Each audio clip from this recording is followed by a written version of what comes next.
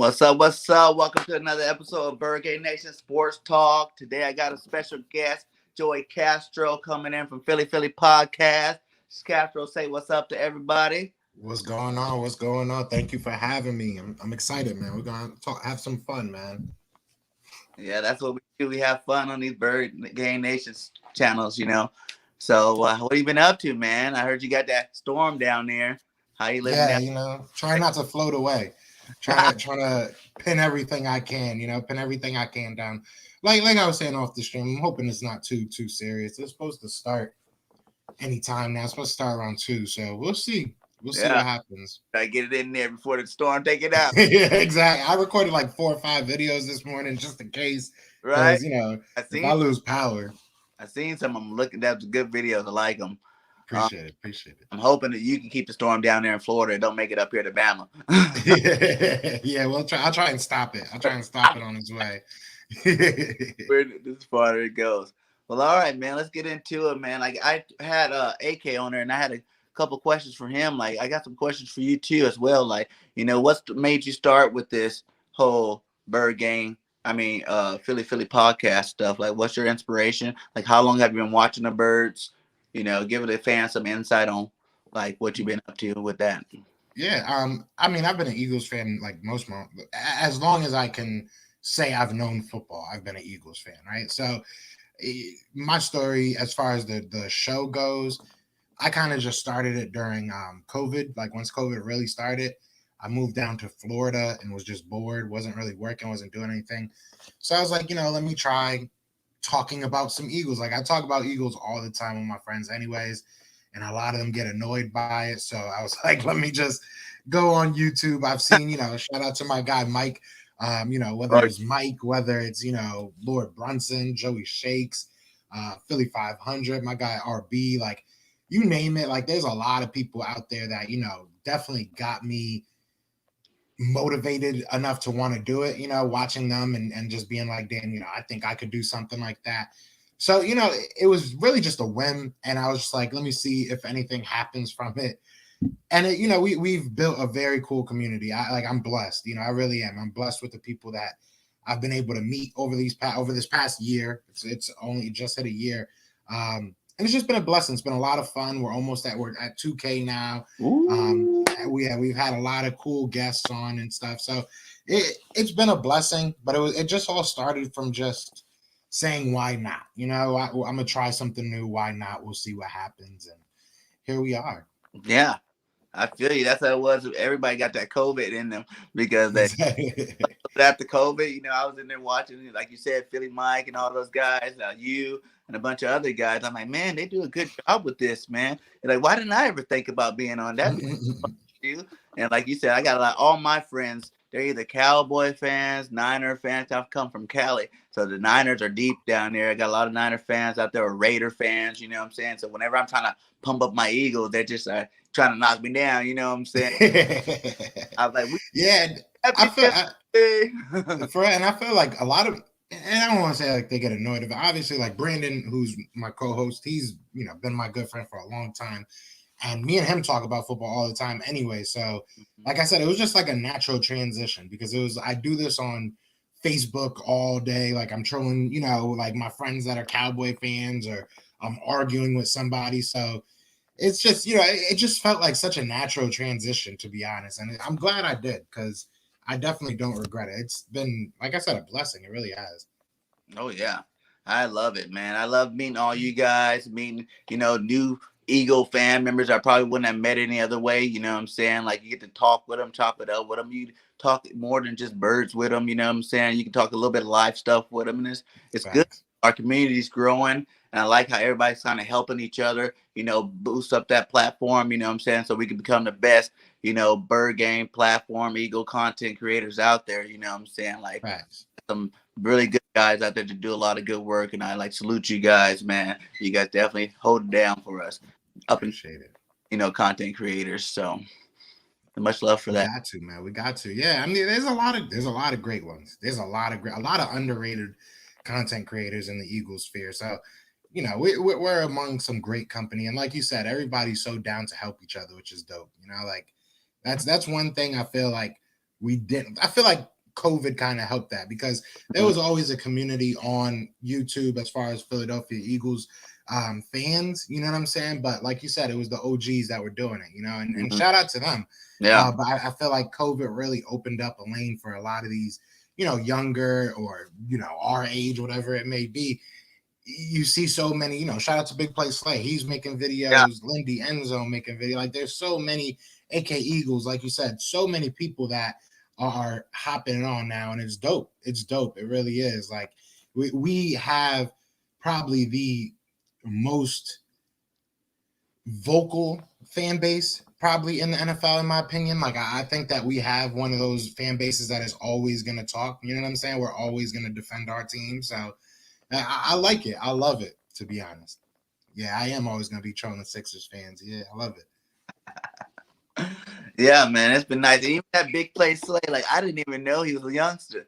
You know what I'm saying? I've been on everybody's show and he's just there. You know what I'm saying? I'm like, oh, you know, at first I thought it was Big Play Slay for real, but then I'm like, okay. You know what I'm saying? Probably some dude, you know, just hardcore big dude, Eagles fan, you know, probably play ball or something like that. And then, you know, I did a show on, I was on the Foothill show and I got to meet him finally. And he's an awesome little guy, man. I love him. Like that guy, he brings inspiration to me. I'm like, dang, man, he started young, you know what I'm saying? And he's doing a good job with it, man. I went and watched some of his videos and subbed him up, and it was awesome, man. I just love seeing all these guys. Yeah, like you said, Lindsay, Big Play Slay, Matt, Foothills doing his thing down in Cali. You know, I'm definitely moving in the right direction for us. You know, we definitely will have the strongest platform out there, I think.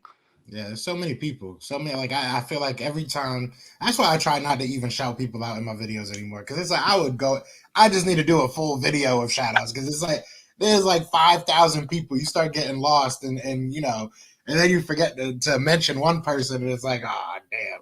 So yeah, I mean, there's just so many people. But I'm hype about it, because like even tonight, I know you have like 2 other shows that you're doing tonight. And like I told you, I recorded a bunch of videos just in case of this storm. But even with the storm, I'm gonna be watching YouTube. Like, right? That's what a lot of people get surprised when I like hop on their channel or like hop on their live stream and I'm talking in the thing or whatever. But like, I watch YouTube. Like that's what made me want to do YouTube. I'm a fan. I love watching content. So, you know, I think that that's the cool thing about it, is we all, especially like Joey Shakes. Joey Shakes is very, very supportive of younger creators. Philly Fresh. Philly Fresh is like one of the real, like, and I feel bad because I haven't, me and him haven't worked lately. I know he's been busy, and, you know, obviously I've been busy, but like Philly Fresh was one of the first people, and I know Tone will probably agree with me here. I know a couple people will. Fresh was one of the first people that like really actually opened up and was like, bro, you know what I'm saying? Keep doing it. Keep doing it. You're doing your job. So, you know, I respect all these guys. I respect all these guys because they put their neck out on the line when they don't really have to be honest, because, you know, they could just ignore it. They could just like your comment and keep on moving. You know what I mean? So it's a good luck. But they're all people. You know, they're all regular people like us. So that we're the next wave. I'm telling you. Like, I know we're gonna talk Eagles, but like I just got to get this out because I feel like YouTube content creators are going to be the next media, because it's like people would rather watch us give our honest opinion than watch so-called, and we'll get into this, so-called analysts and so-called, you know, experts. Because realistically, I go to school to be a sports broadcaster, and in school, you don't learn football. You learn how to speak. You learn how to write scripts. You know what I'm saying? So realistically, we know more about our team than some random analyst that's going to make up a stupid top 40 list that doesn't have a top 32. But we'll get to that. But you know the gist of what I'm trying to say. Yo, that is definitely, I've been saying that for a long time. Like, I've been watching Birds since the Randall Cunningham days. You know, I'm getting up there. I might look young, but I'm coming up to 40 next month. So, you know, so like I've been watching the Birds for a long time. It was a long. Wait, August birthday? August 16th, baby. Leo. My birthday's August 14th. Oh, 2 days. That's crazy. Flying back there, don't you? Yes, sir. I got the lion tattoo. You probably can't see it, but yeah, Leo gang, baby. I got the necklace on. Leo. Hey, that's crazy. So this was meant to be. There we go. There we go. The Leo podcast or the Leo Nation Yeah, Leo the podcast. podcast. There we go. Yeah, man. Yeah, I love, man. I've been, like I said, I've been watching through all the eras, and I remember so many years, when my Niner fan friends were like watching the Niners win Super Bowls, or like back early when the Cowboys were doing their thing. You know what I'm saying? They're like, when the Eagles gonna do it? When the Eagles gonna do it, man? Then a couple of years back when they did it, it was just like the big old relief off my chest, where it's like, woo, we finally did it. I played on the team and everything, man. I was jumping around the bar, buying drinks for people, going crazy, man. It was awesome, man. So I know it's been a couple of years since then, but I see it's going back there pretty soon here. Like, tell me how you feel about this team coming up this year. I think that there's a lot of questions with this team. I think there's reason to, and I have a video coming out later on about Jalen Hurts and like why I feel like there's reason to be optimistic, but I feel there is reason to be optimistic about this whole team. I mean, just the questions alone can be turned into optimism because we don't know. You know what I'm saying? I compare it a lot back to 2016 because I know a lot of people want to, because it's a new coach. You want to be happy about the new quarterback and all that. So if you compare it to 2016, we didn't. In 2016, coming off of a Chip Kelly, I felt like we had more solid talent. Like we knew what Fletcher Cox was. We knew what Brandon Graham, for the most part, was. We knew what Lane Johnson was, et cetera, et cetera. And they were all still young, right? So like now all those guys are a little bit older. They're on the vet side, right? And we don't know what any of these young guys are. Realistically, like we want Josh. I think that we think Josh Sweat can be good, and we want him to be good, but he's got to stay healthy. Same thing with Derek Barnett. Same thing with basically our whole linebacking crew. So there's a lot of questions, right? But then you look at some of the positive questions, and you're looking at Devontae Smith. Can Devontae Smith be the guy that we've been looking for over a decade? Is Miles Sanders finally going to get a chance to actually be that guy that we think that he could be? So, there's, and Jalen Hurts. I mean, Jalen Hurts is the biggest question of them all, right? What is he going to bring? So I think we've seen flashes of good play out of almost everybody on this team. We've seen a lot of bad play from a lot of players on this team. So I'm on the fence. I'm not too high. I'm not too low.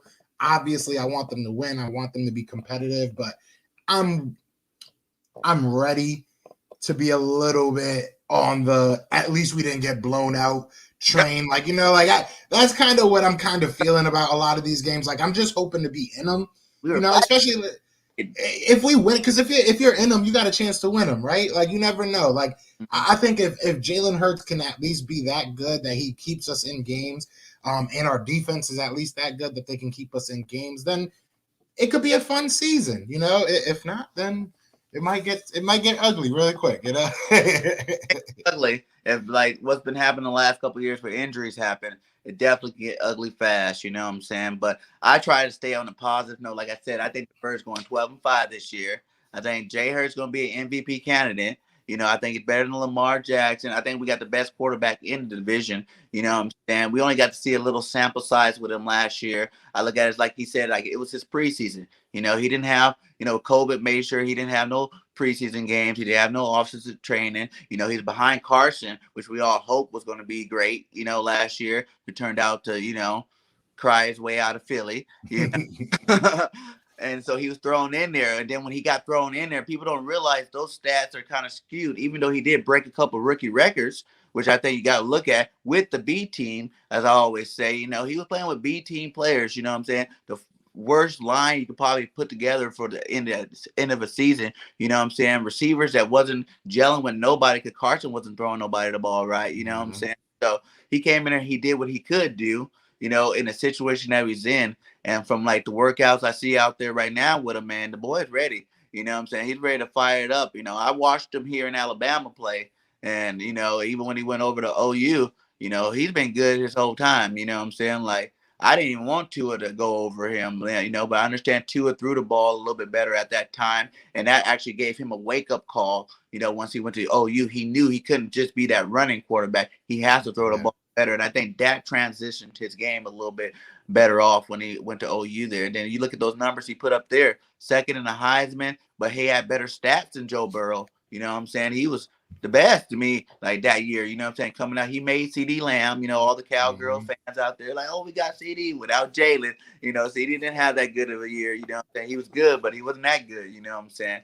So then you bring it in. Yeah, Go I'm ahead. sorry. Go ahead. I think like a lot of people are. It's overdrawn. It really is. It's overhyped. I should say is probably the better way of putting it. Like it sells. You know, it sells CDs, right? You make a crazy album cover. People gonna want to see what's in on the CD. Like that's how I'm starting to feel about a lot of these media people because it's like why is it every time something has to be said, it's like disrespectfully low. Like the Eagles players are just like I'll give you our defense for most part, except for our defensive line, give us our flowers. And maybe our safety core. I think our safety core is maybe a top 15 pairing, if at the very least. But you know, outside of them, I can see you hating on our defense. But like Devontae Smith becomes the fourth best rookie wide receiver because you don't believe in Jalen Hurts.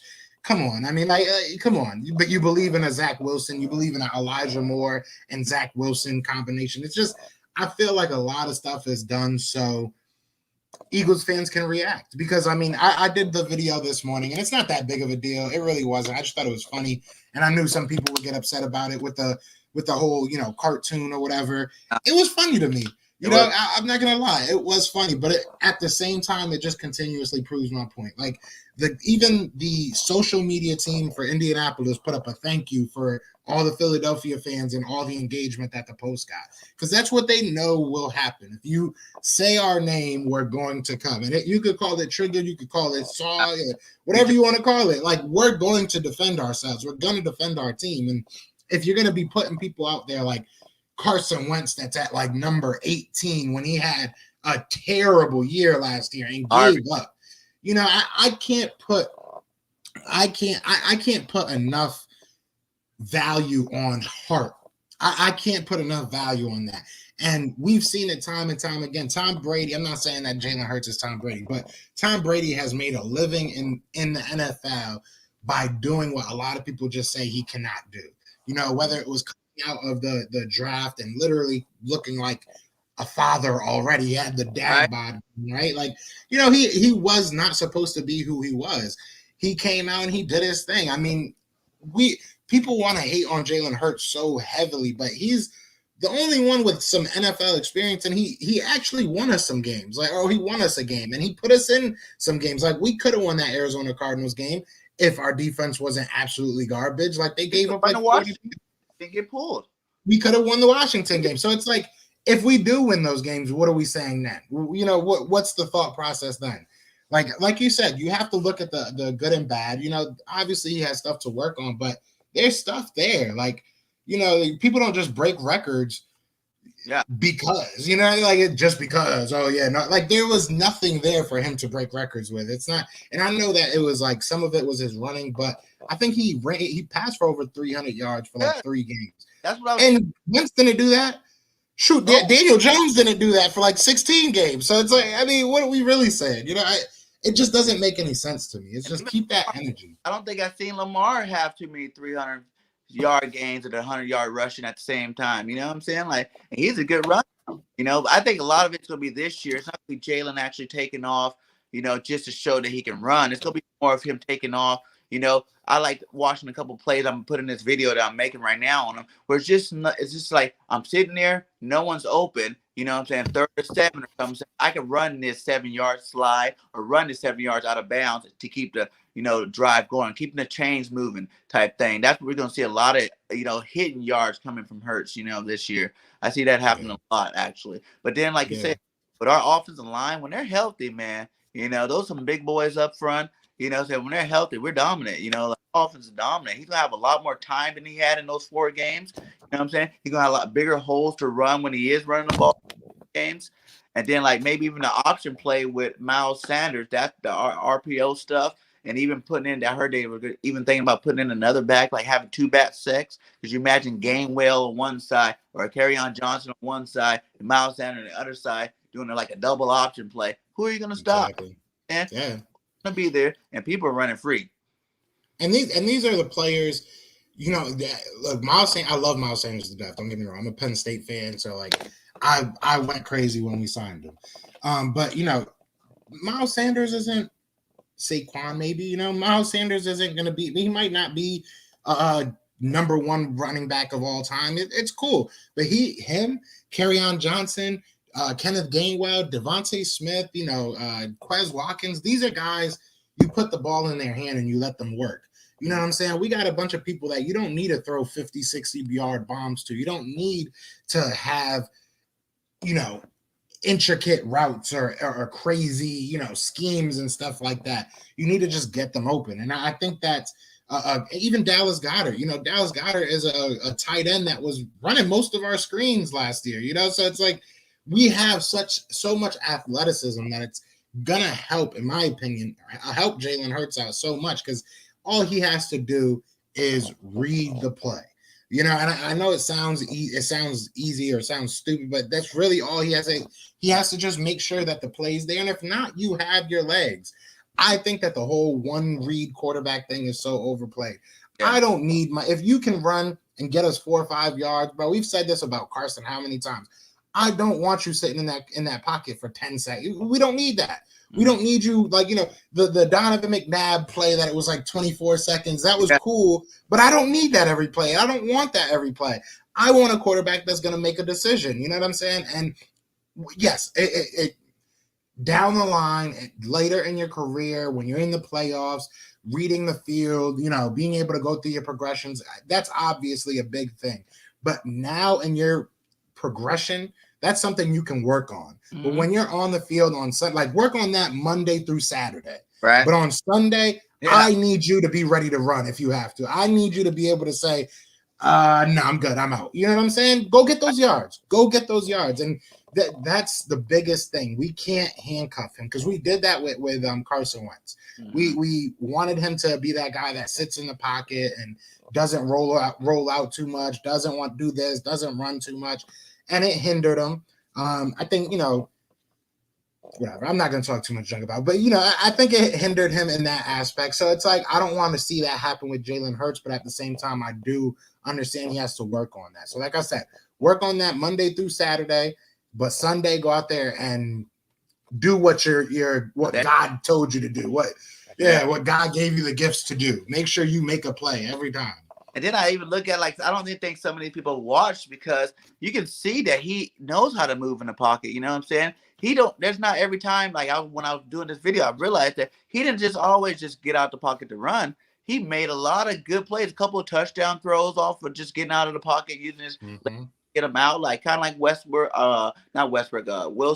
Wilson, type thing, where he just got out there just far enough so he can make that completion. He got some good accuracy on him. So, yeah, I think everybody's sleeping on Hurts, and he's definitely going to come out that's just me being a very high optimistic guy. You got to be. I will say Thomas Peterson, I forget who he works for, but he works for somebody. I think it's Bleeding Green. I could be wrong, I don't know. But either way, I follow him on Twitter, and he was talking about basically he was breaking down the first game that Jalen Hurts started, and he only faulted Jalen Hurts for 4 passes. He said that 4 passes were just bad plays and resulted in an incompletion, and they were on Jalen. But other than that, it was either just good defense. There's 4 of them that were good defense. There was a couple that were just really good plays. He actually completed them. There were a couple that were just, the wide receiver sucks. It is what it is. So the same things that were happening to Carson Wentz, like you said, when you really break it down, were happening to Jalen Hurts. Mm-hmm. It's just, I feel like people want Jalen Hurts to fail. They don't expect him to be good.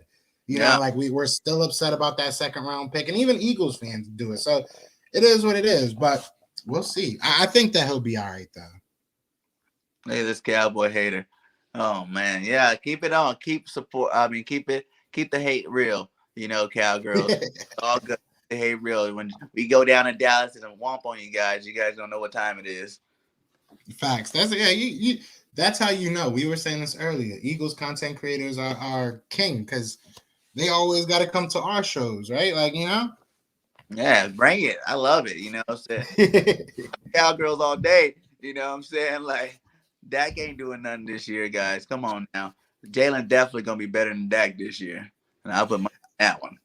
if Dak is healthy, I've said this before. I'm not going to cap on that. Like, if Dak is healthy, I think he's the best quarterback in our division. It is what it is, but he's got to prove it.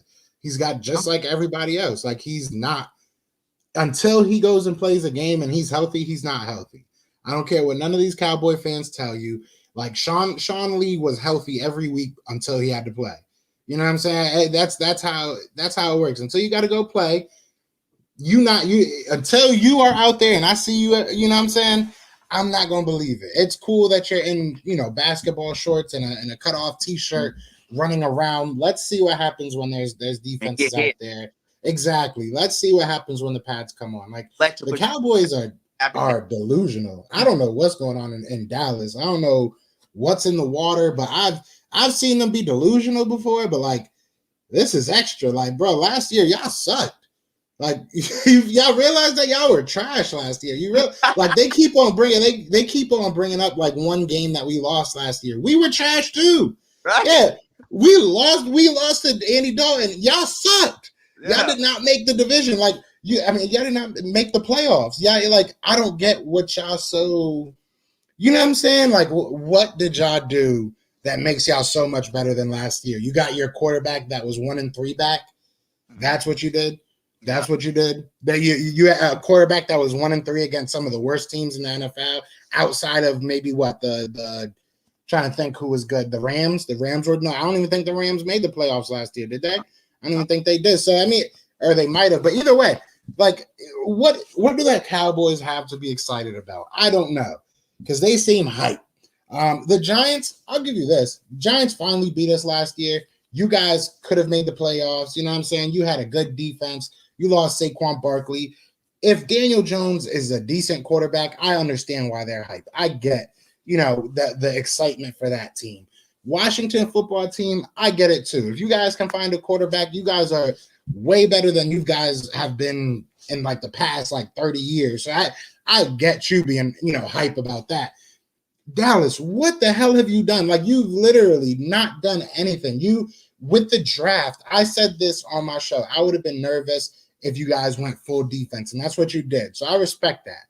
But none of those defensive players outside of Micah Parsons is a lock to me. You got Fat Man, Boss Man, Scooper, whatever the hell his name is, Kelvin Joseph, who's okay. You know what I'm saying? He is good. He has talent, but you're pairing him up with who? Trayvon Diggs, who had all his interceptions against us. I mean, like, what is really I feel like the NFC East is basing that they feel like they're going to be good because they beat us. Like the Giants are hyped because they beat us. Right? We suck. Like the Cowboys are hyped because they beat us. We sucked. Like we're admitting that. We did not play. We had so much going wrong. Our coaching sucked. Our quarterback sucked. Injuries on top of injuries. Yeah, it's like all that's gone. So all the negative energy. But why are you so hyped? I just don't get it. I know I just like went on a tangent, but I just never understood that. I never understood why Cowboy fans feel like now is the time to, like this is the hill you want to die on. This is, you know what I'm saying? This is the season you really want to sit here and act like everything's great. Like, I just don't get it. I just don't get it, man. But that's Cowboys fans for you, man. I feel you, man. I think, I really think, our division itself, people give us a bad rap. But like when I was on the show with Uncensored yesterday, and it's like we're one of the only divisions that all of us have won a Super Bowl. And like we all got Super Bowl rings, you know what I'm saying? 2 of us are Brady killers, you know what I'm saying? Us and the Giants, we done gave our, due diligence to Brady in a couple of Super Bowls, So that's good. And I always see our division go from like worst to first. It goes back and forth. And we're not always the worst division in football. There's sometimes they're praising us to be in the best division in football because all winning. This could be one of those years. I am high on Jalen. I do think Jalen is probably going to be the best quarterback in the division this year. But, Dak, I just don't give praise to the rest of them. But Dak could be second, you know what I'm saying? Like, I wanted Dak the year he came out. You know what I'm saying? I thought that, we could have drafted him later like the Cowboys did, you know what I'm saying, and got him. But we didn't. So, F Dak, like he just got to do his thing. Hopefully he's healthy. And we get the best of them when we do beat them because I don't want everybody saying, "Oh, Dak was hurt still. That's the reason why you guys won." I want them. It's crazy hearing quarterback injuries, right? I feel like the Eagles have never dealt with that. Yeah, except for like when Carson got hurt. That was No, it. we always injured. We always have backup. Like like if you go even back to McNabb. I mean, I can name you like 4 quarterbacks that had big parts in us going to the playoffs. You know, you talk about AJ Fielder, you could talk about Jeff Garcia, you could talk about Remember the so Dittmer many brothers? people. Kevin Cobb. Remember the Dittmer brothers? Yeah, Coy Detmer. I- Yeah, Ty Detmer. Yeah, I remember that. Like, I- we had so many backups. Like, it's not nothing new to us. This is what we go through every year. But it's like, but my thing is, and to Eric has to be young. And that's my only. He has to be a young dude. That's my thought. Because, and I say that because this is literally how you've been built for the past 20, 30 years. You know, not 30. I'll say for at least the past 20 years. This is how you've been built. When you had Tony Romo and stuff like that, all you did was worry about the offense. When you did have a good defense, you finally made the playoffs. But this is what you have right now. All you have is offense. Once your defense goes out there, if they can show and prove that they're a top 15, you guys might be a scary team, but you haven't proven that. Like, you haven't done anything. I don't understand why go out there and put your neck out there and act like you're so good. It's not even like they're. Them and Washington both kind of been paper champions, you know, in our division. They have some. Yeah. There been some years I've seen the Cowboys like, whoa, they got some good players in the offseason. Look at them. And then we still go womp on them. You know what I'm saying? And with the division rival, man, I think we got them this year for sure. We're going to definitely lay that wood on the Cowboys this year. Yeah, and see, this doesn't make any sense. This dude's saying that I'm probably gonna start talking Chuck to subscribe. I'm sorry, y'all. I love y'all, but this is need to happen because I really just don't get it. I don't get what the Cowboys have to be so hype about. You have a bunch of question marks. Yeah, you know I'm saying, like, that's all you have. You have a bunch of question marks, and I feel like everybody else in the NFC East has accepted that except for the Cowboys. Like, yeah. and even Cowboy writers, analysts, they have them at like number 8 off of what? I could get you giving love to Dak Prescott. I get that. Don't get me wrong. I do think that Dak Prescott is a good quarterback. I'm not going to sit here and lie. But their whole team, the rest of their team is not good. You know what I'm saying? You have offense. That's it. That's not true. Yeah, and you sucked last year. That's what I don't get. Like, they keep on bringing up last year. We were only 1 game behind. The whole division sucked. That makes no sense. Like, what is the sense? That's like me saying, bro, like, you know, let me think of something. Like, I don't know if you like baseball, right? But like, the Phillies are in a really bad division right now, and they're not that good. Whoever wins, if it's the Mets, if it's the Phillies, that's like the winner of that division coming out and be like, we're gonna win the championship. Why? Because you beat a terrible team, you beat a bad division. Like, no, that's not how football works, man. Like, don't let these guys hype you up, Eric. Don't let these guys hype you up, Sports with Comma. Don't let these writers hype you up because this is what they do every year. Yeah. Every year. You tell me if I'm capping, bro. Like, every year the Cowboys are supposed to win the Super Bowl. Like you said, it's a paper champ thing. Like, the past 2 years, maybe they leaned off of it a little bit. You know what I'm saying? Maybe that's why now all these guys are coming back out the woodwork. But man, come on, bro. Come on. Like, you guys got to just look in the mirror and accept who you are for once. For one season. Because I'm going to be on your ass all year. I promise you. Y'all better be the number 8 team when it comes to your schedule or your standings. Because if not, I'm going to be on your ass. I remember everybody, man. Yeah. I remember everybody, Eric. No, let me stop. I'm coming for you. Yeah, that's great. Yeah, it's not how to get off. Quarterback is not the end all be all. Let's just like Patrick Mahomes could not win because his team was not. And I won't say it's all because of his team. Obviously, Tampa did their thing. Shout out to them. But you could have fucking a monster. You could have a monster playing quarterback. It does not matter. If your defense gives up more points than your offense scores, guess what? You lose that game. That's how football works. Like, you guys were 1-3. And you don't have your starting offensive line. It's hard to win, man. It's hard to move the ball. You know, like, he did great in the playoffs, Patty Mahomes, you know, until he got to the Super Bowl where he lost 2 linemen. And then you see what happened. That line collapsed. He got hit. You know, once anybody get hit, I don't care how great you are. You see Tom Brady get hit. You see any of the greats get hit. Once they start getting beat up on, they ain't doing nothing for that game. You know what I'm saying? Facts. 1 or 2 losses of the season, but they're definitely not doing nothing for that game. That's for sure. Facts.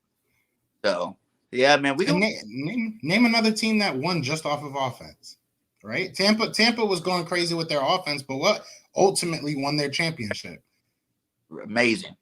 You know, that defense wins championships. Offense put the crowd in the stands. You know what I'm saying? Exactly, That's exactly. the model I live by. We done grew up on.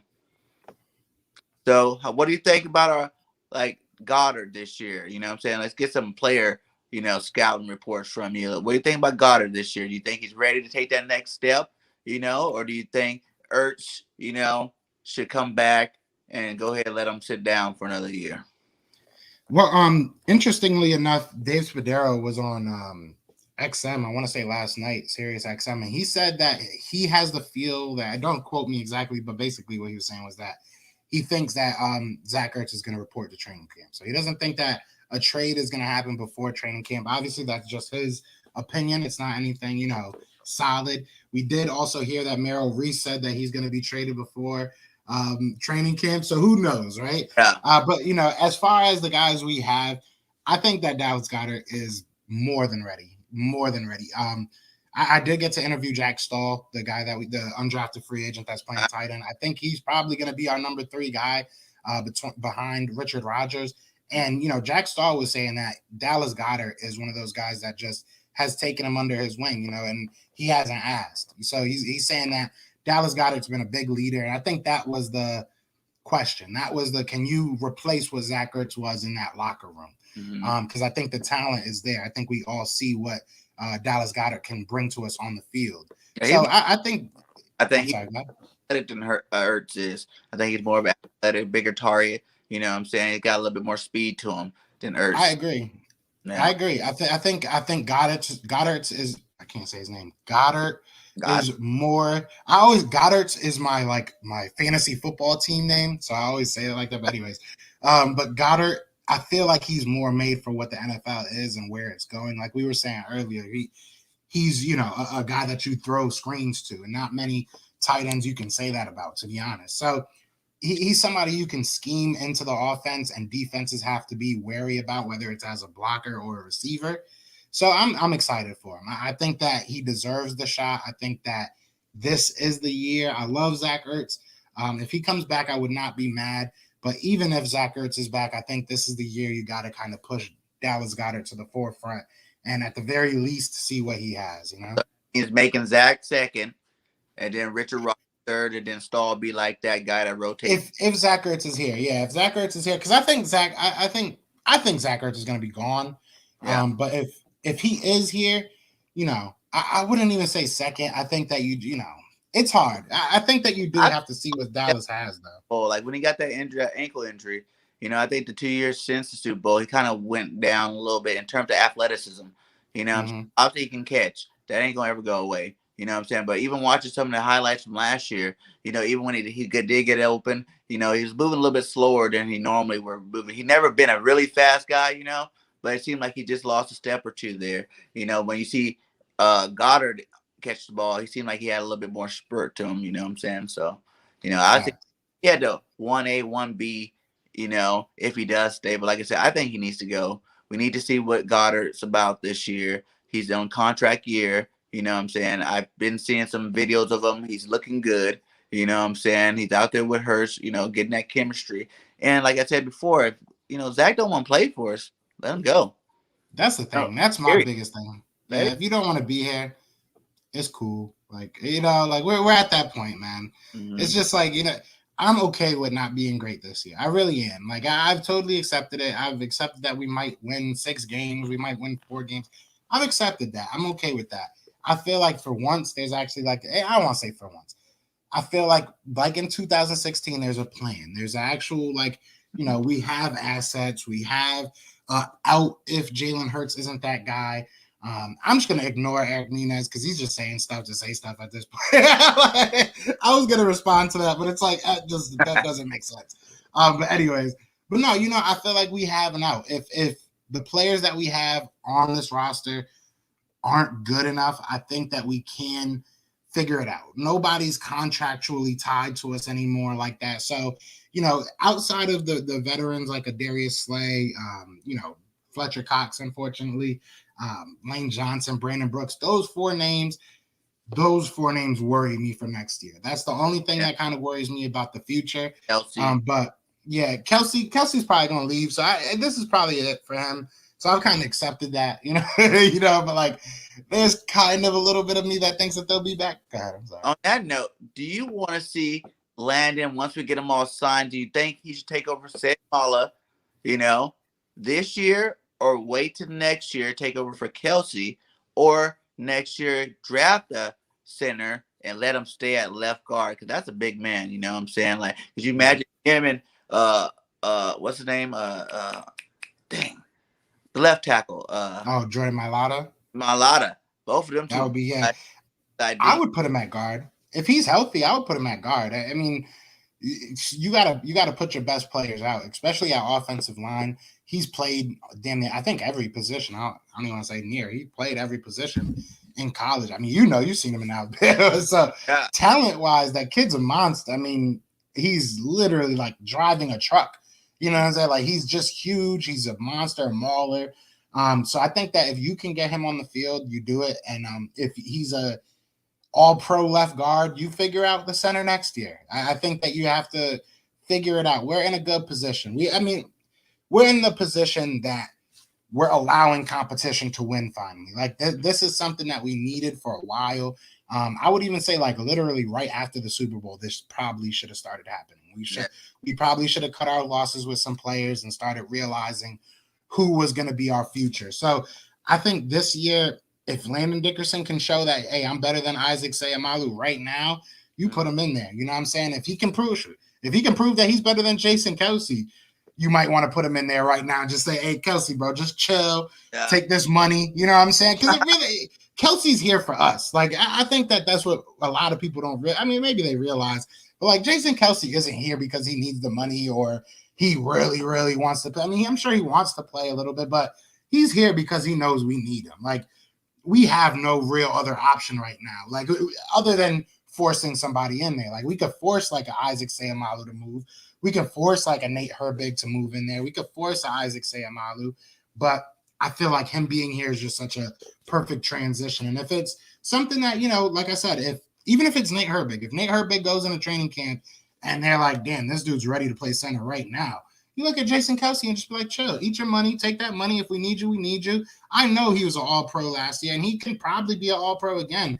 He's probably not going to be here next year. So you have to use his mentorship at the very least. Right? So if you can see, and I've said this about everybody on the offensive line, if you look at somebody, Jack Driscoll compared to Lane Johnson, if you look at Nate Herbig compared to Brandon Brooks, and if you see similar production, if you're looking at and I trust Stoutland. If Stoutland says, hey, start Jack over Lane, I trust what he says. I really do.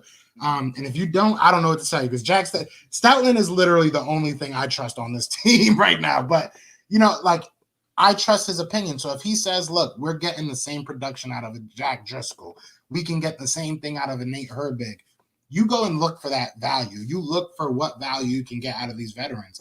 That's a lot of money, and it's value. We need the value. So this is a good year. I think this is going to be a good year. It might not look like it, as far as our record goes, or it might, but I think this is going to be an exciting year for the Eagles because we are finally getting to see what our core is going to become.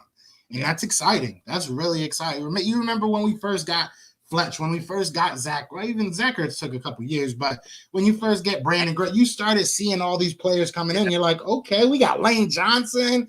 JP was still good. Like, this is where we need to be. Jordan Mailata might be that. JP's still good. You know what I'm saying? He might be that young JP. Who knows? So we got to see what happens. What's good, Joe? We got to see what happens. But I think that there's reason to be optimistic. Like you just said, I didn't even think of it that way either. Just go ahead and slide my Seumalo over the center and let him stay at our spot. That'd be nice next year to do once Kelsey leaves without even worrying about drafting one. Exactly. Yeah, Seumalo I think is like 28, 29. So I mean, it's possible. That's a definite possibility. But we have so much depth. Like Jamon Brown ain't on this team. He sucked. Obviously, I love Jason Peters to death, but he stole some money from us last year. It is what it is. But we have to see what's going on with our youth. spoken like a true rebuilding team. So there's a team that won 6 games. 6 games. I like Eric. Come on over to the channel, buddy. I Right. like you. You're a good sport. But nah, this is how we got to do it, man. You got to keep that smoke because I've said this before, man. You've seen I've done shows with some of the Cowboys content creators and stuff, and I'll be honest with them, but I'm always gonna fight back. Yeah, you're not gonna sit here and tell me my team sucks. It's like we got those cousins that is like I'll call my cousin dumb. You're not calling my cousin dumb. Exactly. Like all day, but you ain't. Exactly. So that's how I feel about my Eagles, man. It was good, Cav. Mm-hmm. All right, let's go. So we did talk a lot about offense. Like I need to go back to the defensive side for a second. Like we were talking about it earlier. Like I see our defensive secondary not being as bad as everybody's claiming to be, and I'm kind of on the fence about. I don't think that CB2 spot's as big of a deal with the new system. The new system that we're going to have in place. The fact that we did get Harris. He's a beast back there. We have some McLeod still back there, Big Play Slay still back there, and running a whole new scheme. We got a couple of new linebackers and a couple of young linebackers that didn't get to develop last year.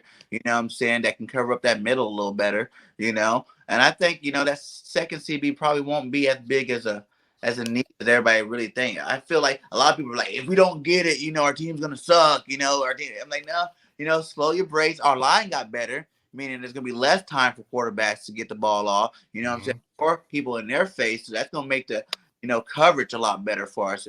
So what do you think about that one?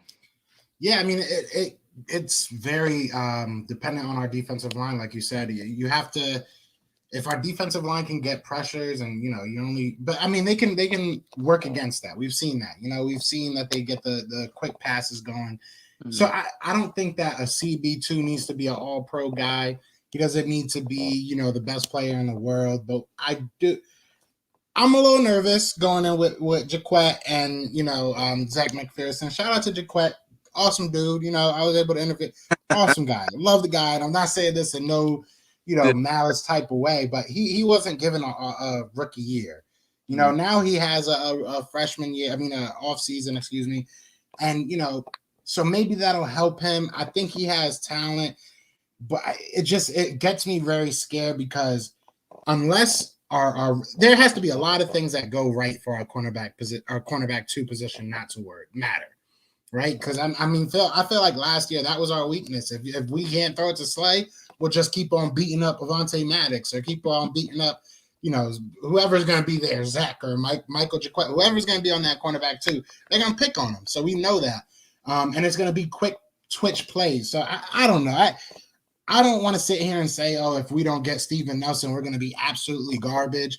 But at the same time, I do think we need at least somebody that if these guys aren't ready, we can put them in. Even if it's like a Garyon Conley, if it's like I know Brashawn Breeland just got taken up, but like, whoever it may be, I'm sure there's some guys out there that Howard.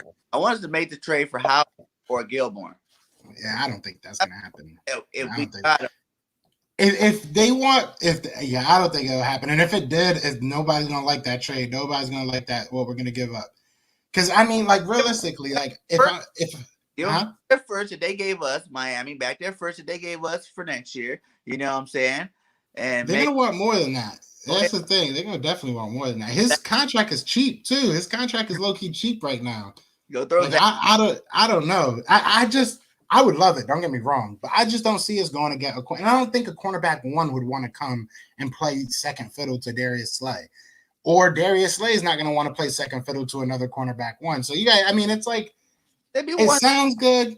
Nowadays, most teams have more than one good receiver. We're in the days where a lot of 2-star receivers, so it's not like you're really playing. It'd be like a 1A 1B combination. Like back in the day when we had like Bobby Taylor and Troy Vincent, you know what I'm saying? They both were considered both starters, you know what I'm saying? They both the stars. Yeah. Man, they were 2 shut down. Eric Allen, those guys, back in those. Yeah, but you had a Brian Dawkins. You had somebody that can control everybody. I don't know if we have that. I love McLeod. I think McLeod stepped up crazy last year. Like, I think that he had a great year last year. But the jury's out. I don't know if he's going to be able to really do it. I don't know if he's going to be able to, You mean physically? be the leader. He has to be the leader. I think that he showed that he can play the position and lead on the field.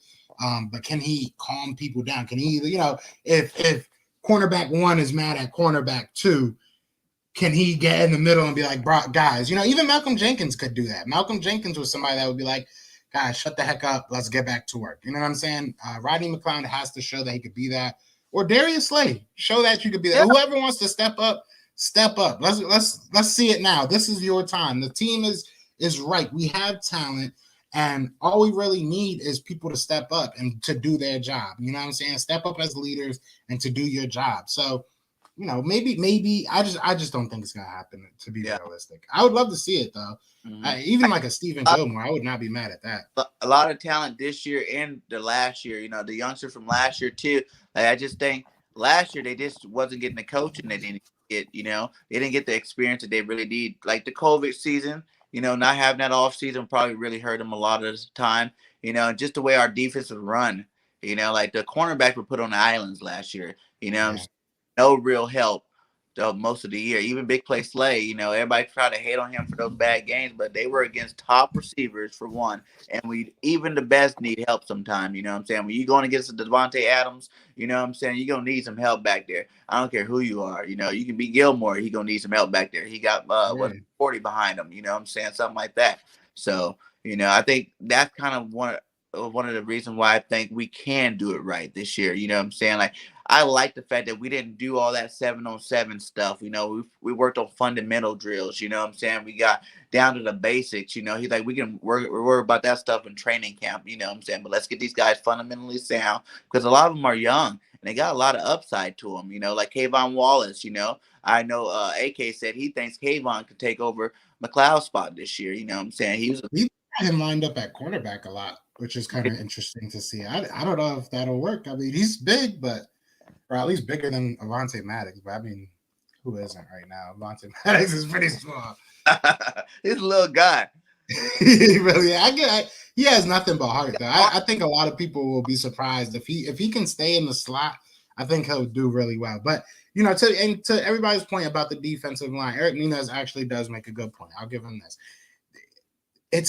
We saw it in the Super Bowl. At the end of the day, somebody's gonna figure out how to counteract your defensive line.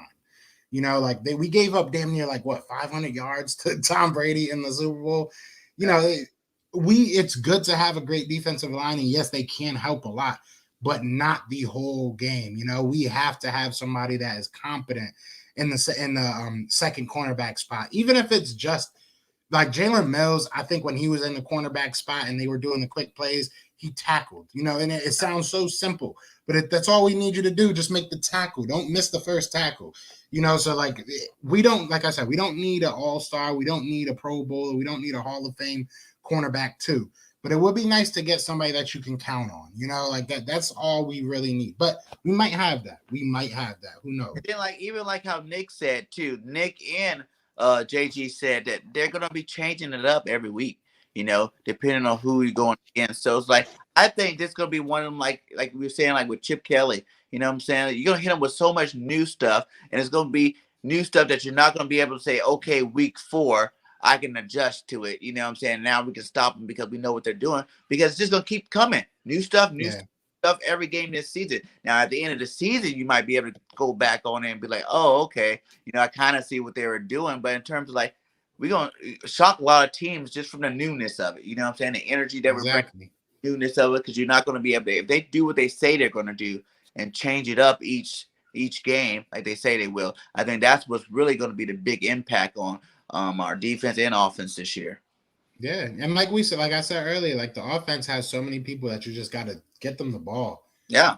So just find new ways of getting them the ball every week, and it'll be hard to stop. So who knows? Like I said, all the question marks that you have, right, they can all be turned into positives, because we don't know. You just don't know what this team's going to be. But it's exciting. It's a new Eagles. We got new coaches. Exactly. No more Carson. Yeah, man. We can go on for an hour about Carson crybaby. He gave up after the Super Bowl when he had to come to work and see that Nick Foles statue. I think every game after that, it was he was trying to win the Super Bowl on every throw. you know. And that's what it was to me. It seemed like he just took too much pressure. He's like, okay, we can win it again with me. I wanted to win it again with me, as opposed to just accepting it. You won that Super Bowl, man.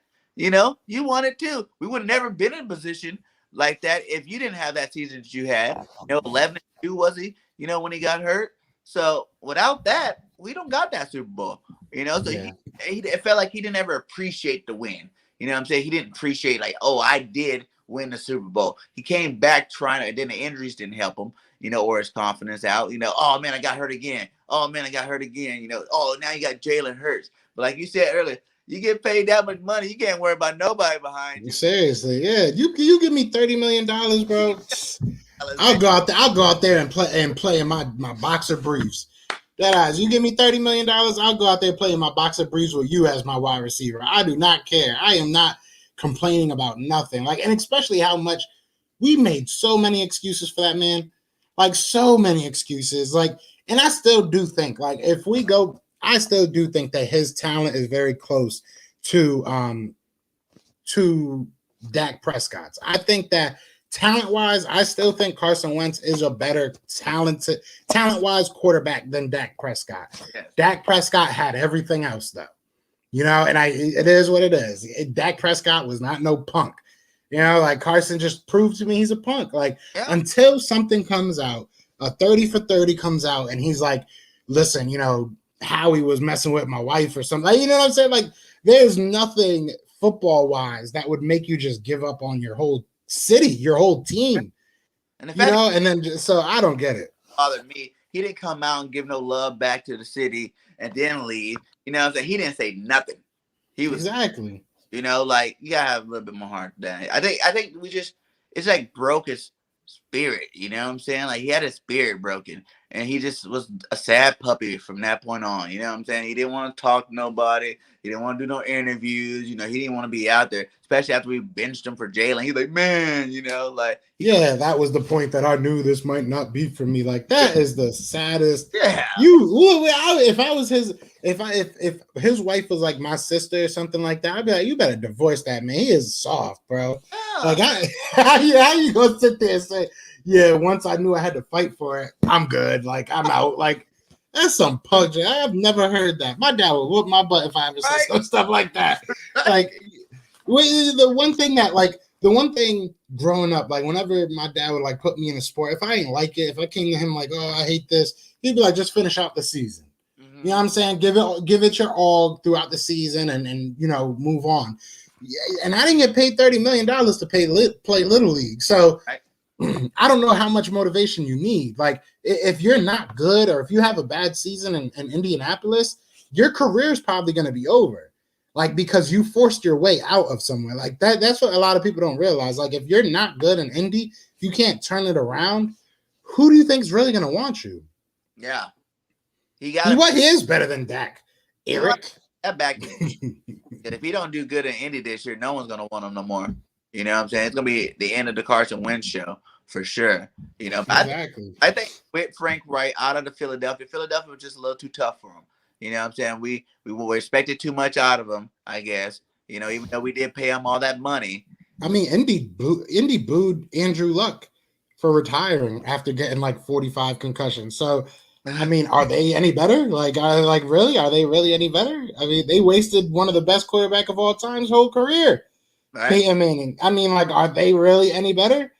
Like, hey, like you're going to go somewhere that you have to, anywhere in the NFL, what are they about winning, especially last year? Mm-hmm. They went, 11-5 or something like that? I can't remember their exact record, but imagine this. You go out there and you win 9 games, 8 games. They're going to say, damn, Phillip Rivers did better than Carson Wentz. Yeah. Damn, Jacoby Brissett got us farther than Carson Wentz. You know what I'm saying? You think that there's no pressure on you in Indy? You think they're just going to be okay? No, they're not. Especially now. Like, it makes no sense. You want it. You got the coach that's supposed to bring the best out of you. You know, if you don't go exactly, like I want him to be good enough to stay on the field 75% of the time, and that's about as far as I'm going with Carson and Indy. You know what I'm saying? But like you do your part so we can get that first round pick, and I'm happy with you. I'm happy. Yeah, play that 75%, and then I'm over it. Right. So I need to get back to you too because you said that you're not, it seemed like you're not as high on Miles Sanders as I am. You know what I'm saying? I mean, I wouldn't say I'm not high. I love Miles Sanders. Like as a player, I'm a big fan of Miles Sanders. But I was mad when they did the 27th, like when they ranked him at 27. So I like redid the list. And I'm not mad. I'm still mad because 27 is ridiculous. But I had him around like 18, 17, 18. Woo! Yeah. And I know a lot of people were still upset about that. But I mean, that's realistic to me. I feel like there's a lot of potential there for him. Like I think that he has the potential to be great. But there's some people that have done it already. There's some people that have just as much, if not more potential. The running back room is crowded in the NFL. There's a lot of very good running backs. So Derrick Henry, I love him, but sure, Derrick Henry's definitely up there by himself. I think. yeah, He's but with Miles, I just think his rookie year he showed talent. He's got a little better every year. Last year, though, he just didn't get the ball enough. yeah. I mean, he's only played two. What, this is going to be his third year. Yeah. So I mean, I think like a lot more. Like some of them games, he only got like 1 and 2 carries in. That I think given the ball, his numbers will look a lot better now. I agree. That's doubters, and he can't control not getting the ball. Yeah. They were throwing the ball like every down, like 50, 60 passing plays a game. You know what I'm saying? Who does that? No one. No, facts. But you also got to bring that into account, because it's like I can't put him over. Like the top 10 was tough. Like I could not put him in the top 10. I just can't. There's, it is what it is. I saw 10 better running backs last year. Yeah. I'm not going to say that there will be 10 better running backs this year, but last year there were definitely 10 better running backs. Like it is what it is. So to me, it was really like top 10 to 15. And that's where I thought I was going to put him. If I'm being 100% honest, like before the show started, I really thought that's where I was going to put him. But once I hit like 20, I was like, damn, this is kind of tough. Like a lot of these guys, like, and the one thing that you keep on looking back at, which is very fair, is you look at, did Nest Out West hit 1K? Oh, yeah. He hit it. Congrats. That's what's up. But you look at, what's it called? If you look at, damn, what was I talking about now? I forgot. Miles. Oh, yeah. So if you look at Miles, like, yes, there is a lot of talent there. And if you look at like the numbers wise, there's most of these, like Zeke, I think had like 60 or 70 more carries and only had like 120 more yards, something like that. Don't quote me on the numbers, but they're close. There's a lot of teams that were, or a lot of good players that were very close. But at the same time, 2 years, he's never gotten the chance to do it. So say again. ER runs like that, that's pretty skillful too. Yeah, no, and that's what I'm saying. He has the skill. But you have to do it, and it is. But I understand that he didn't get the chances, and it is what it is. But can he if he does? And we don't know the answer to that question. Even going back to Penn State, like I said, I'm a huge Penn State fan. He only played 1 year, So I mean, like it's not like he ever really was that guy anywhere, So I think he can, and I think that a lot of people, we've seen flashes of greatness from him, but he has to do it for me to put him in that top 10. That's a real thing for me. But I think he's close. I think he'll prove me wrong. But I wanted to be on the cautious side. So if I didn't want to healthy and they give him the rock, like they ran the ball a lot in with the Colts and in San Diego, they ran the ball a lot of times. So you think with the carries, do you personally think Sanders can be a top 10? Definitely. I think that if you look at Jonathan Taylor, right? Jonathan Taylor kind of caught on at the end of the season, but he had like, I want to say 230 as far as running goes, as far as running attempts goes, and he didn't really do much in the passing game, if I'm not mistaken, but he had over 1,000 yards. Mm-hmm. I think if you give Miles Sanders 230 carries, he's going to break 12. I think he'll break 1,200 easily, to be honest, like very easily. I think he'll go crazy this year. And then as a passer, I think he's got a very good chance to be a great pass catcher as well if we're going to be utilizing him there. The only thing is, I don't know if I'm too hyper about him being a huge pass catcher, just because I think everybody's going to be running short routes. I don't think it's going to be Gainwell in a lot of those passes. Yeah, I think there's a lot of guys that are going to be getting the ball. So I think he's going to be asked to be that running back, which is good. Block out the backfield. I think he's got a way to go a little bit as far as a blocker, but he's definitely gotten better. So, I think that he has, like I said, all the talent. It's just about doing it now. I think I put him. But you got to look at some of the people they put ahead of him. They had like Austin Eckler and Cam. So they had people that might not even be a starter next year ahead of him, like that. And that's why, going back to what we were saying earlier, people just say stuff. Our starter is not better than backups. That's what I said. Now you took it far. If you want to say one of the other 31 backs out there, the other 31 quarterbacks out there, that's what's up. But come on, man, you got backups ahead of them, rookies that never played before ahead of them. You know what I'm saying? Like that's exactly not cool. That's not cool. Yeah, you can't tell me you need to see more from Miles or Jalen Hurts and then put somebody you've never seen play in the NFL ahead of them. That makes no sense. When Jalen was in college, he played better than they did. He had better stats than they did. You know what I'm saying? That's the thing. That's what I don't get either. That's a great point. Like, I don't get that. What is it you're basing it off of? Off of 4 games? You know what I'm saying? Like, that makes no sense. Because Zach Wilson is his whole career right now is based off his 1 year, off his senior year. Like, other than that, his freshman year in their bowl game, he went 100% accuracy. But I think he only passed like 15 times, and he completed them all. And he had like 200 and something yards. I think they won that game. Other than that, he was trash his first 3 years. Huh? Even like Trey Lance in South Dakota. Trey Lance had 1 game. Trey Lance was a dog, though. I'm a big Trey Lance fan. I'm not gonna lie. Trey Lance is a dog, bro. Like, that's what it comes down to me. It's like the competition you playing against. Carson played against them too. Carson, it's the same exact team. But I don't know. Carson had a better team, like as far as his wide receivers go. He had a better offensive line, like when he was in North Dakota. I'm a big advocate for Trey Lance. I think Trey Lance will take a year. Like, I don't think he'll be a superstar this year. He might be, but I think he has a very high ceiling. Very high ceiling. He's tall, athletic. Very athletic. Yeah, he's a beast, bro. Like, he's a beast. I get the concerns, and I definitely mirror them. I definitely, agree with a lot of them. But man, he's a dog. I wouldn't have been mad if we got him, if I'm being honest. Like, it was with him, Justin Fields, and obviously Trevor Lawrence. If we would have got one of those quarterbacks, I wouldn't have been mad. I think those 3 probably are better than Jalen Hurts right now. I like that. That's what's up.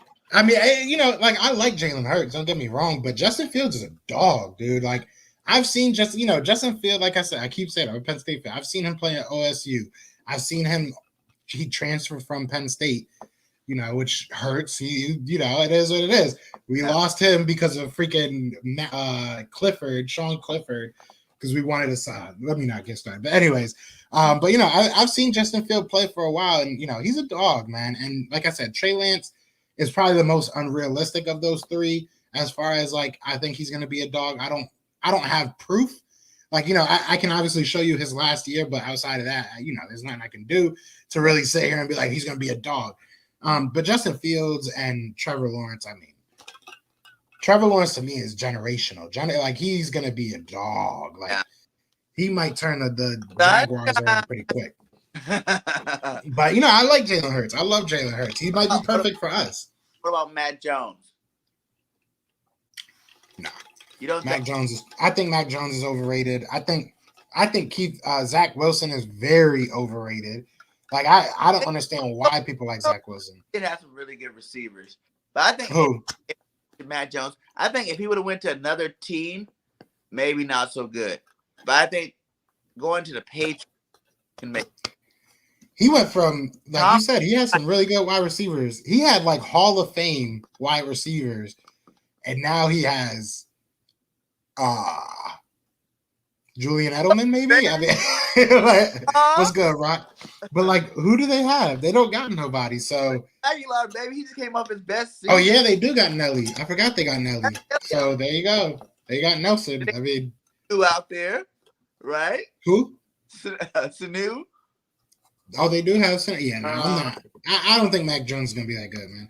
Maybe I could be 100% wrong, but I mean, even if you look, and you're a Bama fan, like if you watch him, watch his footwork, there was a lot of stuff that he just did not do well. Like he has a good arm. He's very, very accurate. That's why I was kind of surprised that San Fran didn't take him. Now, he wasn't athletic. You know what I'm saying? He had a good arm, and he was able to do that. And I think in Belichick type system, if they probably do need to get another receiver.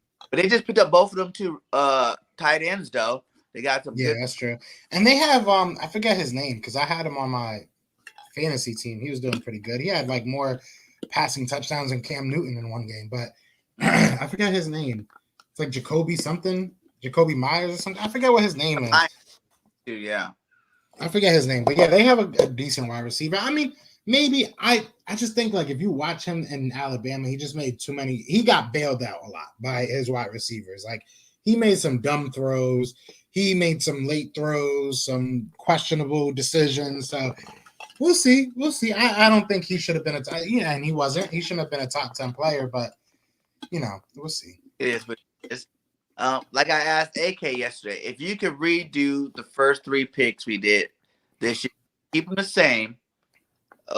Give me your 3 that you would have picked instead. I would have kept Devontae Smith. I would have definitely. I think that was the perfect pick. Mm-hmm. In the second round, I'm gonna say 2 things. Personally, I would have went either linebacker or cornerback in the second round. But if you had to scratch that itch of an O line and a defensive line combination in second and third, I think if you would have went and got old boy from Alabama, what's his name, the defensive tackle, Barmore. Yeah, if you would have went and got Christian Barmore, who was still available, and then in the third round you would have went and got the best available offensive lineman, I would have been cool with that. Mm-hmm. But yeah, I'm not mad at the picks. I hope that Milton Williams is good. Mm-hmm. And he's been impressing people at camp. Huh? I say it seems like he's gonna be a dog. People are saying really good things about him in camp. And look, like I said, Landon Dickerson, talent wise, was probably like a top 10 player, if I'm being real. Like just that injury history, like that really is what killed him. So if he, if that was all a mirage and he comes to the NFL and stays healthy, we got us a GOAT, man. I'm not gonna say GOAT, but we got us a really, really good offensive lineman. So it's weird that second round pick is either gonna be an all pro player or he might never play it down for the Eagles, and it's nerve-wracking. It's definitely nerve-wracking. Feel you on that. Now, give me your top 5 Eagles of all time. Ooh, top 5. Like favorite or who I think is like whole Eagles history, not the whole history of the Eagles, just since you've been watching, during your era. Okay. All right. So I'm not gonna say no order because it's hard to. I'll say Brian Dawkins is number 1. That's the only person I'm gonna put in the order. Brian Dawkins is that dude, and I actually got to see him, or see his jersey retirement when they did it against the Giants, and we beat them because they missed that field goal. That was a while, but either way, yeah, I remember that. He's just as a person, as a player, Brian Dawkins is the man. So he has to be number 1. Number 2, I would say another one is Jason Peters. Jason Peters just always been a swag guy. He's always brought that attitude, always been elite, always somebody you can definitely brag about. So I'd have to put him there. I'd put D-Jax up there. D-Jax is always been somebody fun to watch, and I just feel like he is the city. Like, last couple years have been kind of rough with D-Jax, obviously because of the injuries, but when he was on the field, it was undeniable what he brought. And even off the field, just that energy. He was what the Eagles are. You know what I'm saying? Like, so I love D-Jax. Did I say McCoy? No, you didn't say McCoy yet. Definitely McCoy. McCoy is that guy. He was he was just fun to watch. A lot of fun to watch. And then I gotta say Fletch. Again, there's no real orders. Like all these guys are kind of the same too. But yeah, Fletcher Cox is that guy. Like he's that dude. And if you would have asked me like a couple years ago, I probably wouldn't have said this guy. But now, after the Super Bowl and everything, I have to say Jason Kelsey. Jason Kelsey's the GOAT. Jason Kelsey, like that speech, you Yeah. know, the hard working mentality, like he just puts his nose down and he goes to work every year. Mhm. And I think that we don't realize how amazing he actually is. You know what I'm saying? Like how much he does for this team.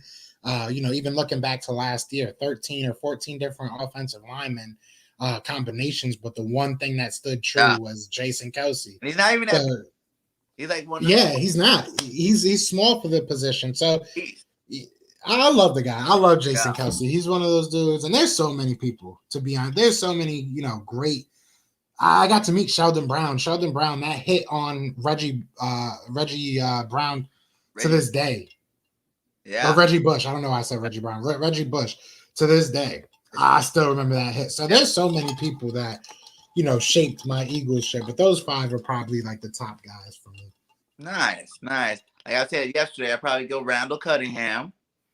You know, Randall was reason why I'm an Eagles fan today. You know what I'm saying? I used to always just watch college sports, you know. I thought college was a lot more fast paced, those higher Yeah, scores. Like all the greats now in the pros that just retired or whatever. I watched them all when they were in college, you know what I'm saying? Like all 4 years of Peyton Manning, you know, that type of stuff. And so like I remember going into the living room. My dad's watching the Eagles game. Like, who are these guys, man? Like, the Eagles, son. You know? He goes, that's one of the reasons why I named you Randall. I go, Dad, your name's Randall. He's like, yeah, but that's the other reason, you know? that's the other reason.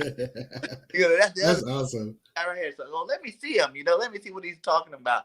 And I think it was that Dallas game where he played and he like did that little bounce off. When he bounced off, stayed on his foot and threw it. I was like, oh, okay. I started liking them. Then I started seeing their defense really stout, you know, laying wood on people. I'm like, all right, I can mess with the Eagles. So I started watching just Eagle games in my college. Cause you know, I'm a USC Trojan fan first.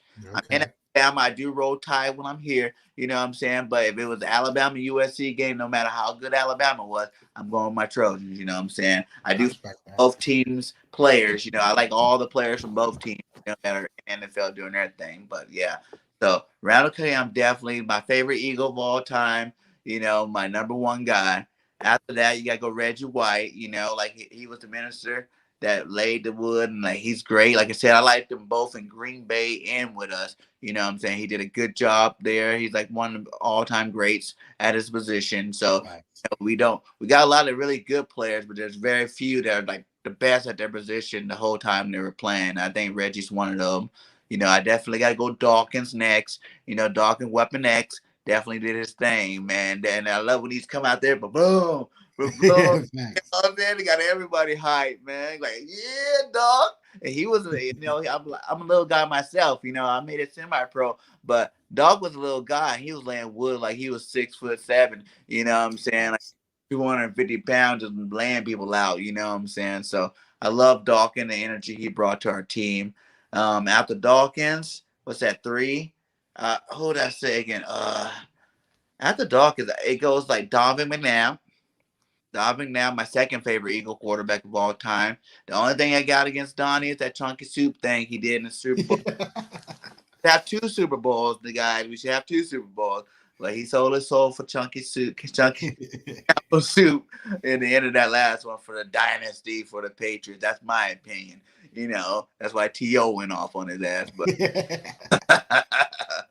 you know, other than that, I love Donnie to death. I wish we would have got him more talent, you know, around him. You know, he could have probably won one of them. We won what we went five in a row, five straight NFC champions.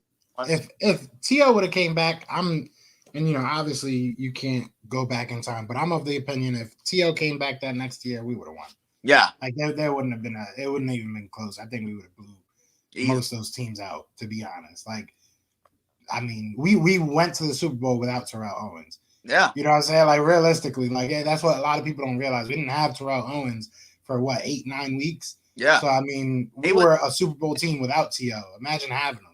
He wasn't even supposed to play that game either. Yeah, like that. You know, and I give T.O. so much. Yeah. People hate on T.O., man, but that showed a lot of heart, man. That showed a lot of. He almost broke a record. Yeah. On one leg, like.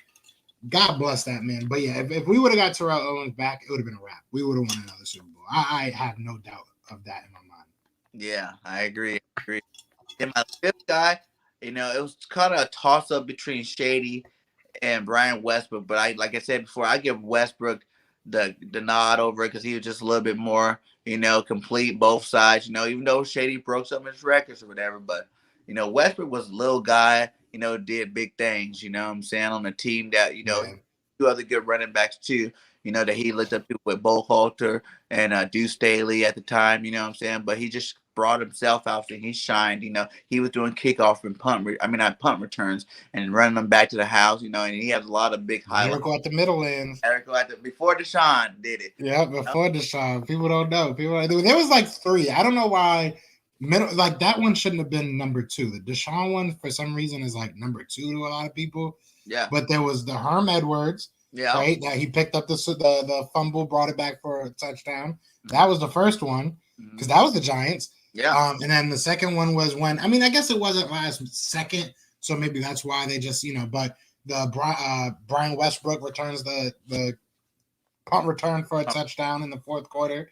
We beat them. So, that's like 3 miracle after. We always pulling something crazy off when we're going against the Giants. So, yeah, those are good memories, man. I'm going to have to over here watch some highlights now. You put it to him. What do you think? Seeing Tom Coughlin on the side, like, what the hell? I told you. That was when Tom Coughlin was done with New York. He was like, I can't even get the freaking kicker to listen to that. I can't.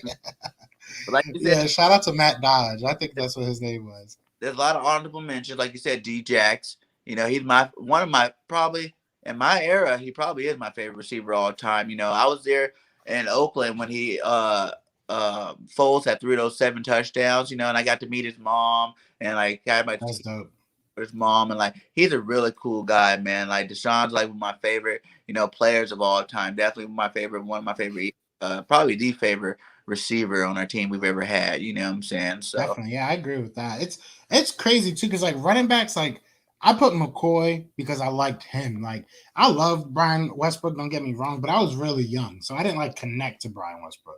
Like when LaShawn McCoy was playing, like I wanted to be cut on a dime. Like I wanted, you know what I'm saying? I'm a big boy, so I could never, but that was the dude that you look at, you're like, damn, I want to be like that kid. You know what I'm saying? Like, oh, he's killing it. He's that dude. So I always had that with him, so like that's why I pick him. And I don't pick any quarterbacks, which I didn't think of it until you started saying quarterbacks. I didn't pick any quarterbacks because realistically, the only one I really grew up with was with Donovan. Yeah, that was really my only quarterback. I was born in '89, so I saw a little bit of other people, but he was my guy. That was who I was born on. That was who I was raised on. So even now, like I've seen Wentz, I've seen Donovan. That have been like our starters. Obviously, we had that little spot where we have Vic and Foles, but Brad. Yeah, I try to forget. I try to forget about Bradford. That's the one I try to scrub that from the memory. Yeah, that's true. Yeah, 89, huh? Yeah, but that's still good. Yeah, but it's good though. That shows how consistent this team has been. Because even with coaches, you know what I'm saying? Like, I know 3 coaches? Reed, Chip, and Doug. Yeah. So we're on our 4th, and I'm 31. 4 coaches in 31 years. Some teams have been through 4 coaches in 4 seasons. Yeah. You know what I'm saying? So, like, I think we're on our 26th or 27th head coach of all time, and we've been around since 1933. So, as much as people want to talk junk about us, like, we've always been a competitive and in the conversation type of team, like it is what it is. So it is what it is. With that a lot. So give me your breakdown. What's the Eagles' record? I know you keep saying you see about. I need a confirmed statement. What do you say? And I tell everybody we are going 12-5. Because I see 5 games where 2 will be like games that we should win that we could lose on.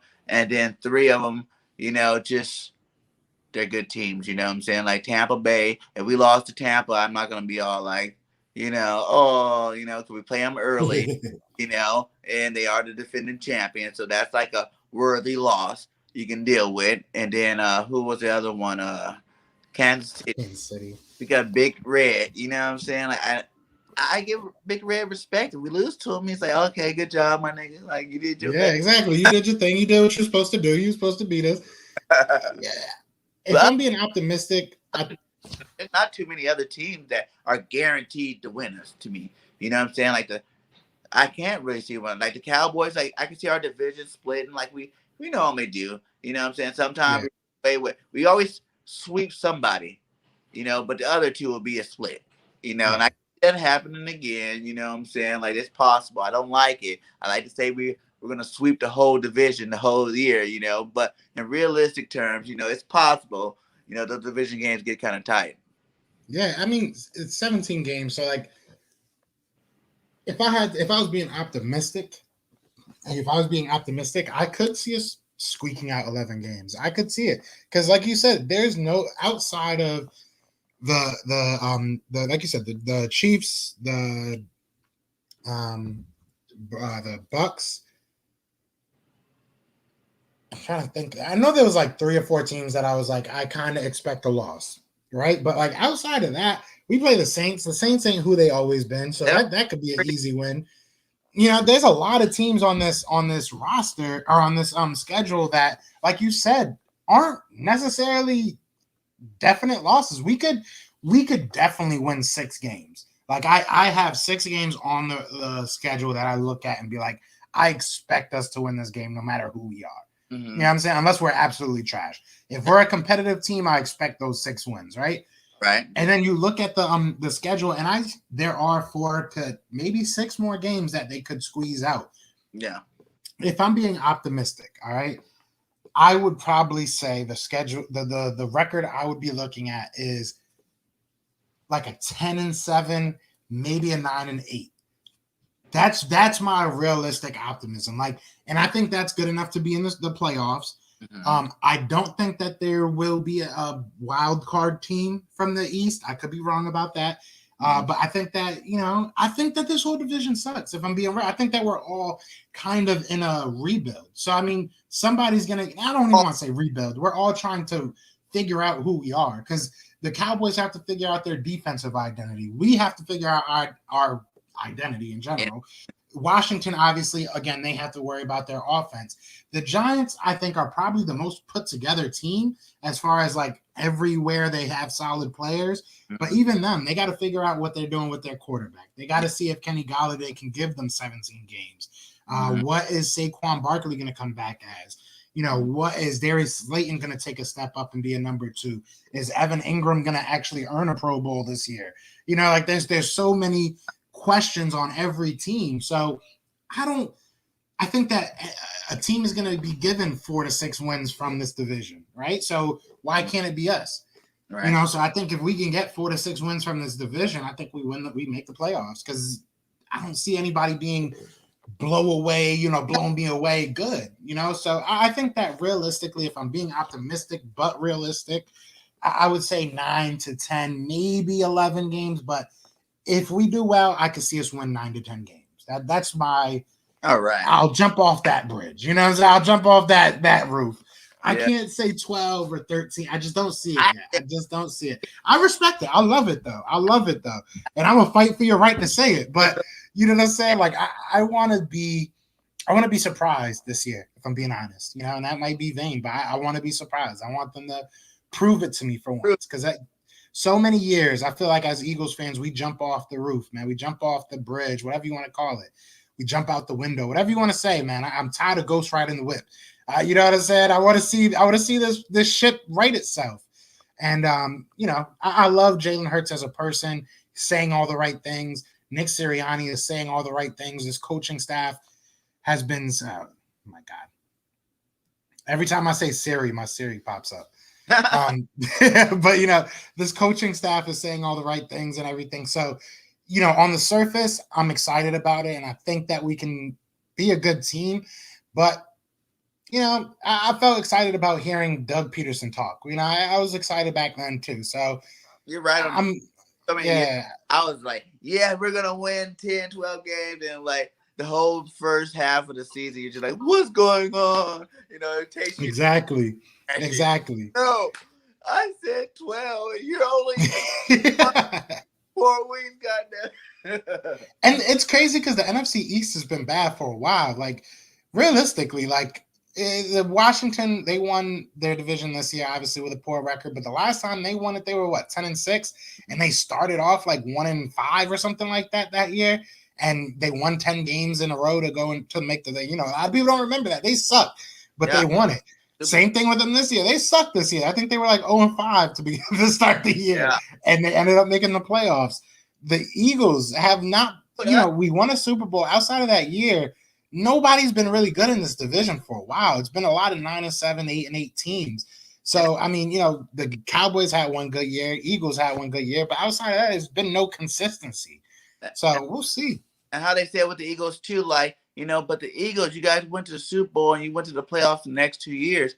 I was like, the next 2 years, we started to suck more and more until we like that first one, what were we like 8-7 going into the playoffs? And then it was like 6-9. Watch out! A hurricane warning. Our record went down lower. We barely squeaked in the playoffs. And then, of course, you finally had the nail in the coffin with 4-12.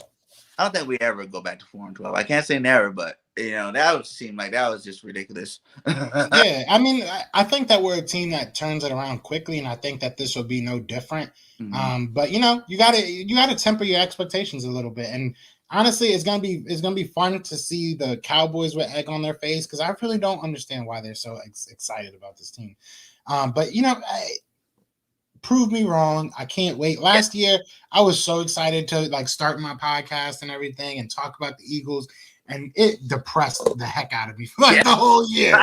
It was so depressing because like me and Brandon literally like I don't think we're gonna do it this year, but like on we're gonna do our pre-games and during the game, but during our pre-games we would like guess who we would think we would predict the score or whatever.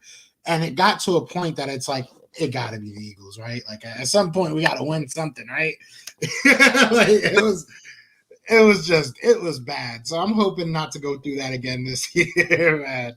No more ties. Only up from there, man. Only up from there. Seriously. So one of my last ones while we wrap this up here. Who do you think going to be the top 4 receivers? Like for me, I think if you got, obviously we know Devontae Smith's going to be out there. We know Rager's going to be out there. And I like to look at like Quez Watkins and Hightower. I know people like Fulgham, but those would be my 4. If I could put 4 out there, you just look at all the speed and agility of those 4 guys. If we had those 4 guys, I feel like we can have, the fastest receiving core, one of the fastest in the league. That would be really hard to stop, with our running game. What do you think? Who would you? I like Quez a lot. I think Quez is going to be. Shout out to Philly 500. He loves Quez Watkins. That's his boy right there. So. And shout out to Quez Watkins' trainer. He follows me on Instagram and reminds me every day that Quez Watkins is going to be great. So, but no, yeah, I think Quez Watkins is somebody I would love to see make this team. I think he showed a lot of potential last year, a lot of breakout capability. So I would definitely put him up there as one of my 4. Like you said, Devontae Smith and Jalen Reagor, I go without saying. I'm still on the Travis Fulgham train. I want to see what he got, man. I just want to know what happened last year. I know I talked to Brandon Lee Godwin, and he told me that it was like his lack of motivation, I guess you could say. I guess he was getting lazy. But I feel like anybody would get upset if they get benched after having 3 or 4 fire games and you're going out there and putting Alshon back in. So, I mean, I don't know what happened. We'll see what happens, but I think that there was something there. He had a nice little stretch. If it was just a flash in the pan, it was just a flash in the pan. But I would love to see Travis Fulgham take that spot. But if it's not, I do love John Hightower. I think John Hightower is a very good route runner. He's a very good all-around wide receiver. The only thing that he can't do well, and I won't say he can't do it well, but he needs to work on is the point of attack, like catching the ball. Put your hands out there, young man, and go grab that ball. Like sometimes I feel like he does what Madden players do, like the when you throw the ball out there and the player just sits there and waits for the ball to come to them. Yeah.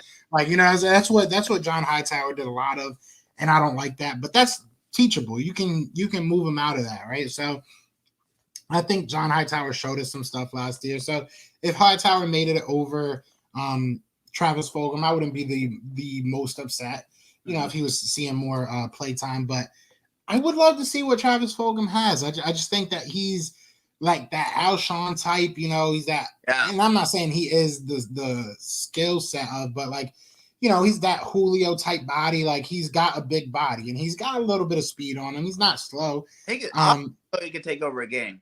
He done it. Yeah, he really multiple games too. Possession type guy that can get you possessions. Like that's the main thing, right? He can be a bigger Greg Ward at the worst. I feel like he can be that guy you trust on 3rd and 5 to go run a quick little slant or a quick little, in route, out route, curl, whatever it may be, but something that you got to use your body and make that catch. I think he's probably the best player outside of Devontae Smith because I don't know yet.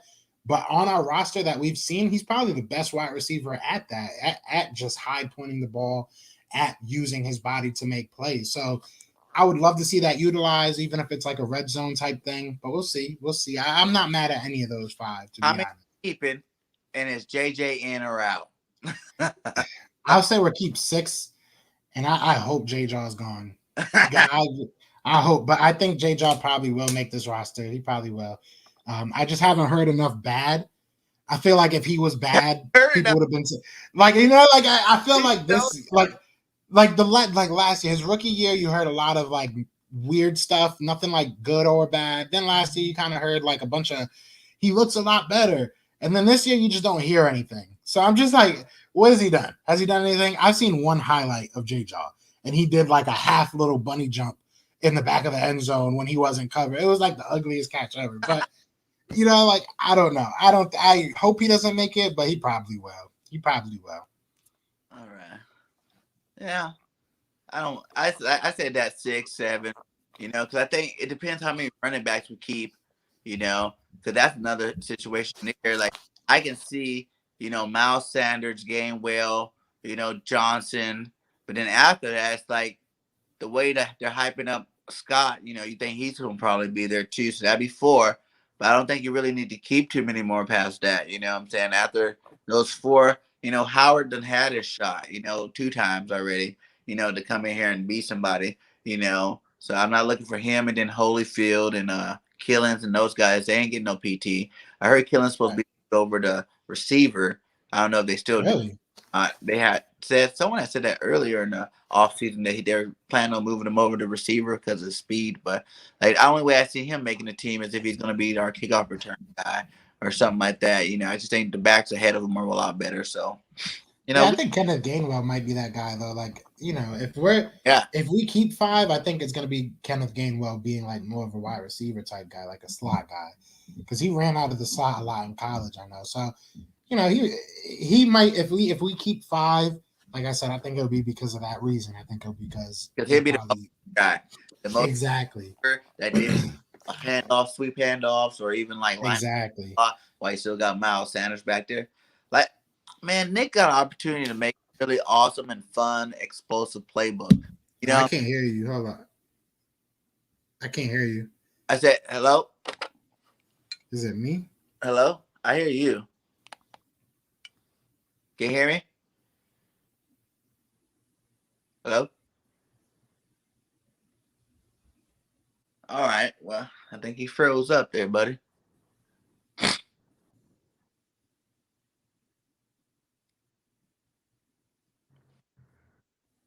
don't know if it's me. I can't hear anything.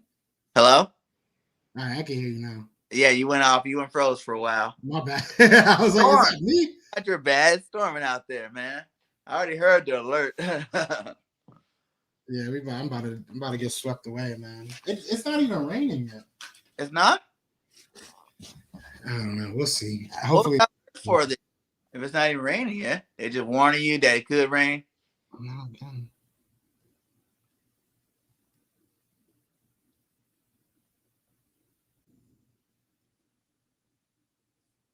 Can you hear me?